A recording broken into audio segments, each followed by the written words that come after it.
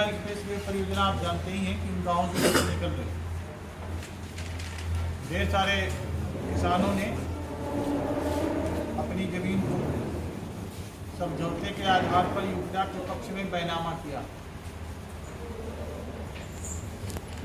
और कुछ कारणों से कुछ जमीनों का बैनामा नहीं हुआ।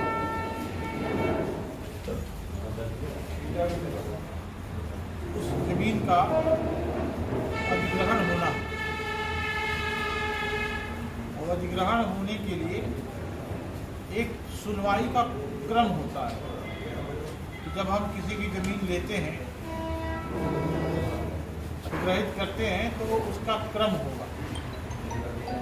पहला क्रम ये होता है कि ये परियोजना निकल रही, पीछे से आप लोग बात कर रहे हैं, अध्ययन किया जाए कि इस परियोजना से हमारे सामाजिक जीवन पर क्या प्रभाव पड़ता है।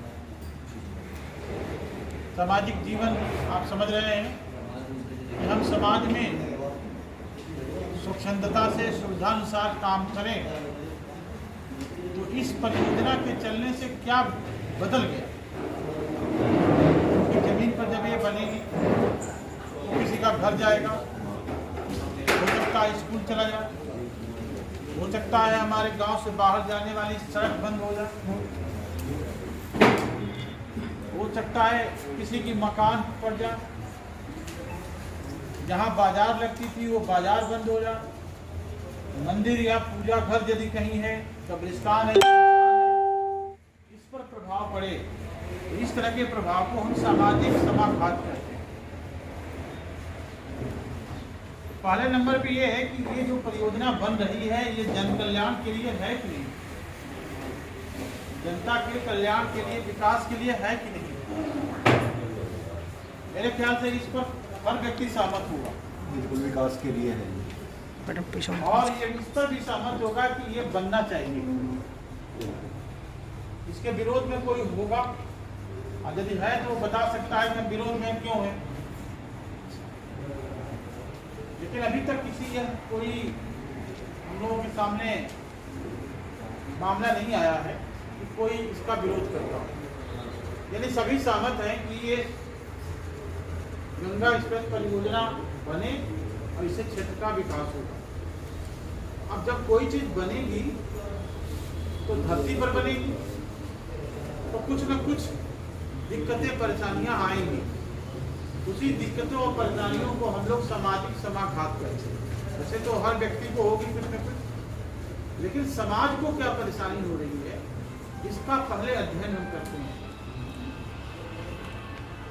अब मेरे ख्याल से इन गाँव में तालाब तो जा नहीं रहा है, जंगल कोई है नहीं जिसकी जमीन से ये जा रहा है।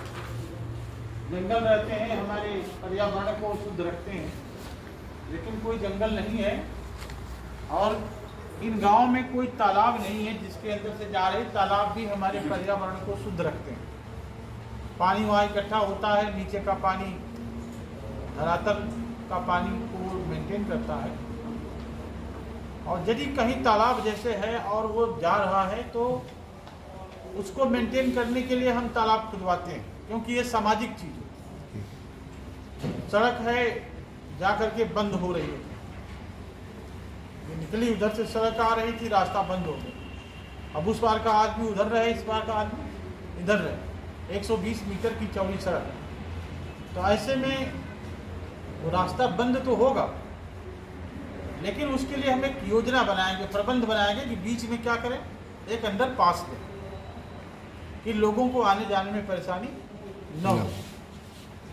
नहर है मान लीजिए, और नहर बंद हो रही है, तो हम इस तरह का उपाय करें कि नहर भी चलती रहे और ये सड़क भी निकल जाए। इस तरह के सामाजिक समाघात के लिए एक एसआर एशिया एजेंसी को हमने नामित किया था। इन्होंने रिपोर्ट तैयार की है और उस रिपोर्ट के आधार पर एक प्रबंध योजना भी हमने बनाया है कि यदि यहाँ ये परेशानी है तो हम क्या करेंगे।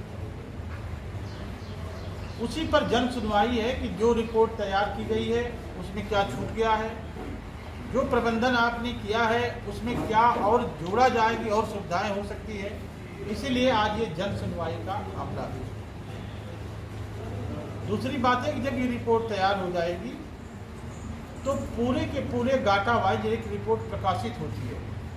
वो इसलिए प्रकाशित होती है कि हर व्यक्ति की ज़मीन जा रही है।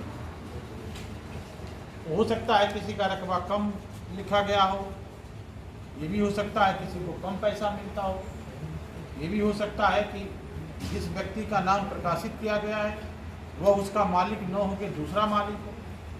तो इसके लिए धारा 11 जो भू अर्जन अधिनियम है उसके अंदर प्रकाशित होगी और तब एक बार पुनः सबको व्यक्तिगत मौका मिलेगा कि आप अपनी बात कह सकते हैं। और उसके लिए SLO ऑफिस में सुनवाई होती है और तब उस सुनवाई के बाद उस ज़मीन पर यदि किसी का घर गया है, किसी की कोई चीज़ गया है, तो हम उसकी क्षतिपूर्ति, पुनर्वास और पुनर्व्यवस्थापन का एक आर्डर जारी करते हैं और उसके बाद वो ज़मीन को हम अध्ययन करते हैं। आज की मीटिंग हमारी सामाजिक समाघात पर जन सुनवाई लगी है। इसी पर आप लोगों को अपनी अपनी बातें कहनी है कि जब सड़क निकल रही है, सबको पता है, जब सड़क निकल रही है तो पता है, तो आपको ये भी पता होगा कि इस सड़क के जाने से हमारे गांव के लोगों को, हमको या किसको क्या परेशानी हो रही है। वो रिपोर्ट तैयार है। अजय कुमार सिंह अभी रिपोर्ट को पढ़ेंगे और बताएंगे कि किस गांव में इन्होंने क्या देखा, क्या पाया और इन्होंने क्या प्रबंध बनाया